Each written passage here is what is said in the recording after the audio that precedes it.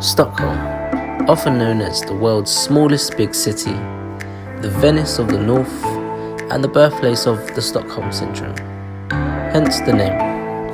In this video, I'm going to show you the 5 most interesting places that I visited in Stockholm and that you can visit too.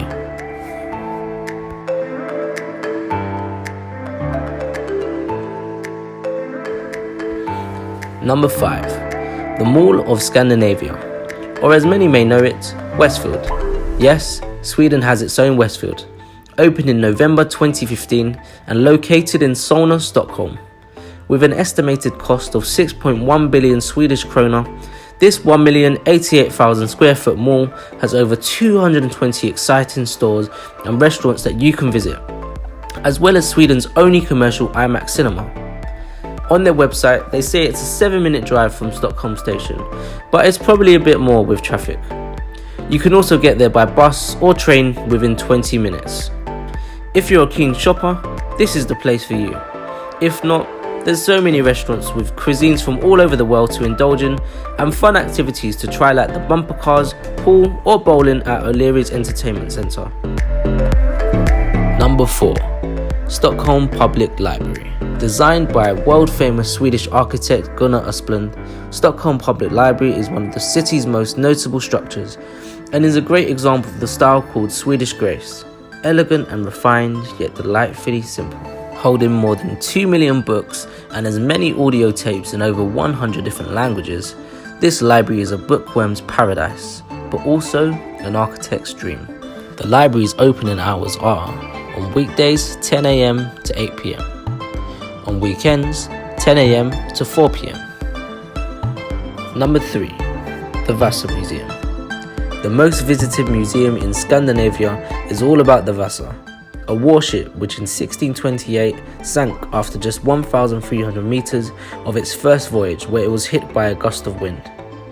This was largely due to the ship being very top heavy and unfortunately resulted in the death of 53 crew members. The museum has different exhibitions about life on board, the design of the ship and its historical context. It also includes a film about the ship which is shown in different languages.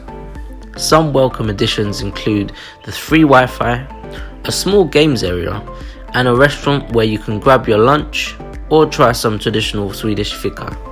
The museum's opening hours are 10 AM to 5 PM daily, with an admission fee of 170 Swedish krona, unless you're under 18, whereby you can enter for free. Number 2. Stockholm Archipelago. With almost 30,000 islands, islets and rocks, the Stockholm Archipelago is the largest archipelago in Sweden. The archipelago has several amazing islands to explore, but the one I visited and that I'm going to focus on is Vauxhall. Vauxhall makes the perfect day trip away from the centre of Stockholm. With its tiny coloured houses, a plethora of shops and restaurants and stunning views of the sunset and the island fortress, which you can also visit by the way. Check out some more places you can visit and activities you can do, like Sky Park Vauxhall, on the official guide of Vauxhall that I've linked in the description below. Number 1. Stockholm Subway Stations. Said to be the world's longest art exhibit, exploring Stockholm's subway stations was without a doubt my favourite thing to do in Stockholm. 100 stations, each with unique artwork on its platform and walls, all telling you a different story. You honestly have to see it. My personal favourites include Solna Centrum, with its green and red landscape. It reminded me of lava, but what it really represents is deforestation and a depopulation of rural areas. There's also T-Centralen, which was the first station to feature artwork. The largely blue aesthetic was chosen to create a calming atmosphere in a station where people are particularly in a hurry, since it is connected to all lines. Then there's Duvbo, which holds probably the most simplistic of all the station artwork. I really liked it because it gave me the vibe of a modern cave, if that's a thing. But there are many more that are popular, like Kunstgarten and Thorvaldsplan, that you might take a liking to. With artwork from over 150 artists, there's so much to see and you could literally spend a whole day or two going from station to station and taking in these masterpieces. If you're a photographer or keen Instagram or TikTok user, then this is the place for you. Now for some quick-fire bonus additions. Narrow Street. Located in Gamla Stan, Stockholm's old town, Narrow Street is literally Stockholm's narrowest street.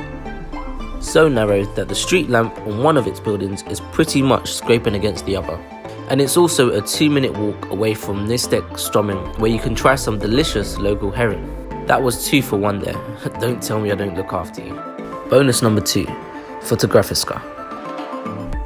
Fotografiska is a centre for contemporary photography in the Södermalm district of Stockholm, with several big and small exhibitions happening throughout the year. And if you're travelling on a budget, the place that I stayed at and I would really recommend is City Backpackers Stockholm. It's a really nice place with a cool vibe, great people there, and it's just a 10-minute walk from Stockholm Central Station. And that's 5 of the most interesting places that you can visit in Stockholm. Drop a comment below if you found this video useful, or if there's anywhere else that you feel deserves a mention.